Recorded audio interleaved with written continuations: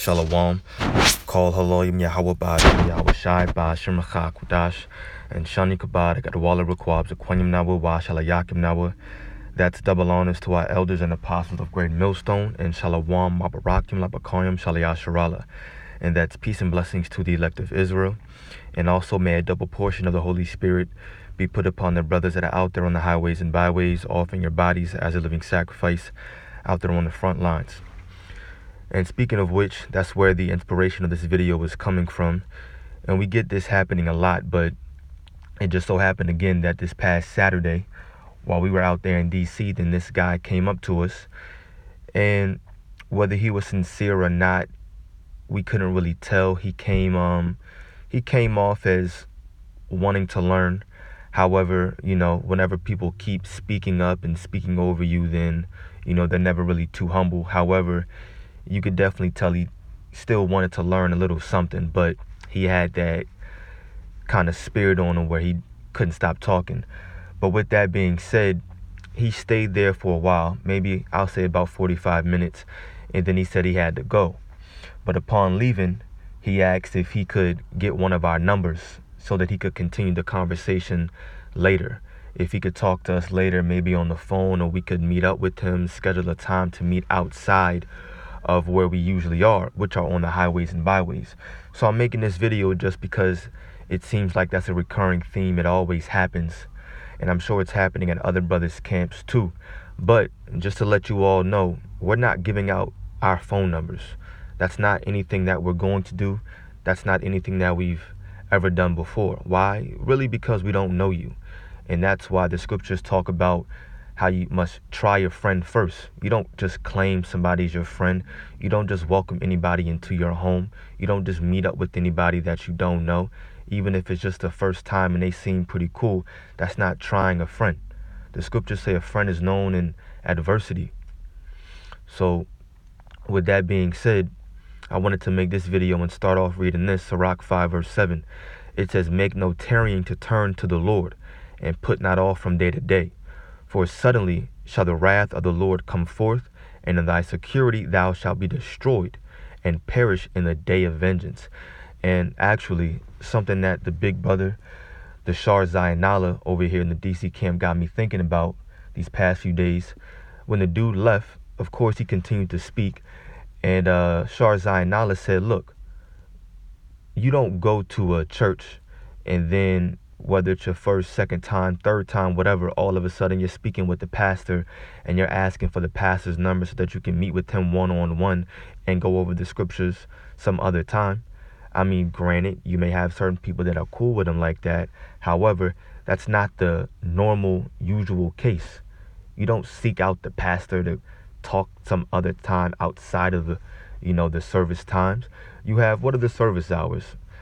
I mean, it's been a while since I've been in the church, but you have the morning service, and then you have that noon service, and then maybe the third hour is sometime in the afternoon, 1:30 service. But those are the times, just like how you have us out there on the highways and byways. And us over here in the DC camp, we get out there around 2:30. That's when we like to start. And we go on for a few hours, however the Spirit leads us. And it's the same case for brothers in any other camp, whether it be up north, down south, or across the four winds. Brothers have their set locations. Now it may change every now and then. Like we moved from a different part of DC, I think it was sometime earlier this year. But however, we make our videos, it goes up live, and sometimes we even state, where we are. A lot of times, matter of fact, sometimes when we first start out, it's called Hello Yahweh Ba'ashim Yahweh Shai, so on and so forth. And then sometimes we'll even state what corner we're at while we preach. But we're not giving nobody our numbers. We're not meeting with you outside of the highways and byways. The scriptures talk about where we're supposed to be, and that's where we are. This is the answer to why you see us out there on the highways and byways.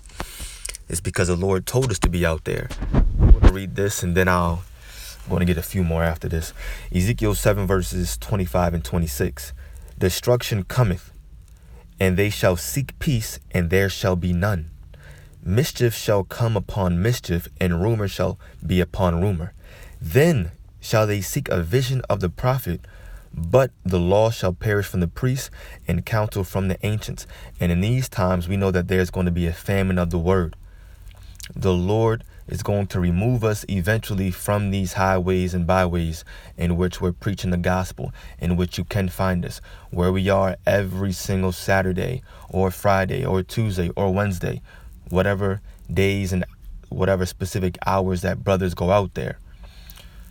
When all hell breaks loose, and when we mean what we mean by all hell breaking loose is that the Bible talks about how there's going to be anarchy.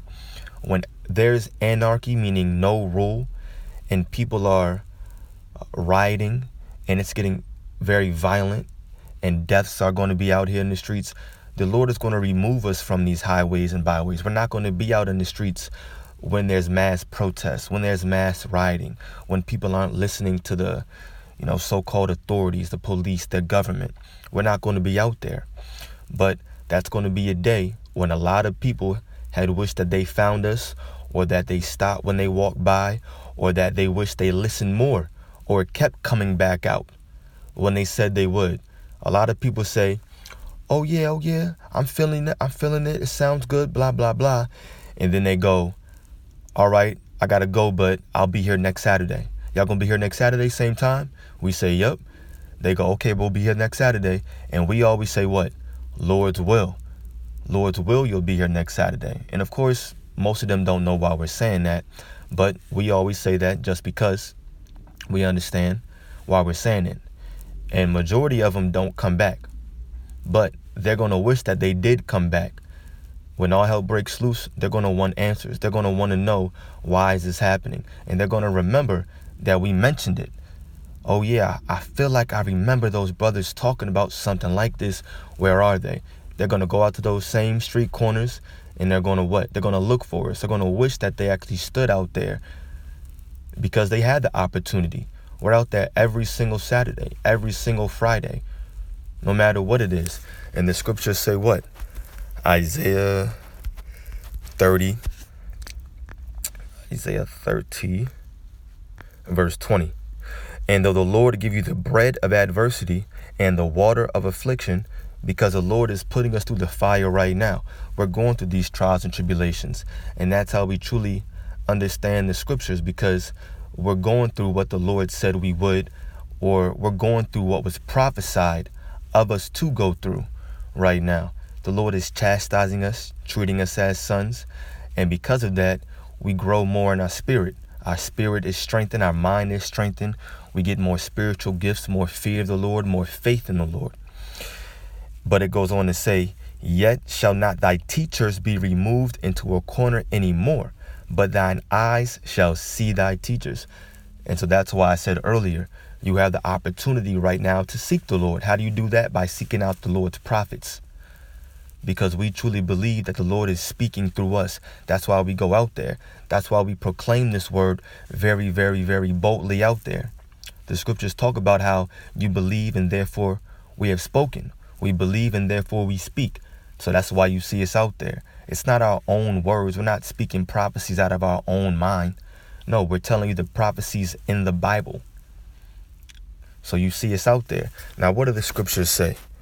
Wisdom crieth out where? This is Proverbs chapter 1, verse 20. Wisdom crieth without, she uttereth her voice in the streets.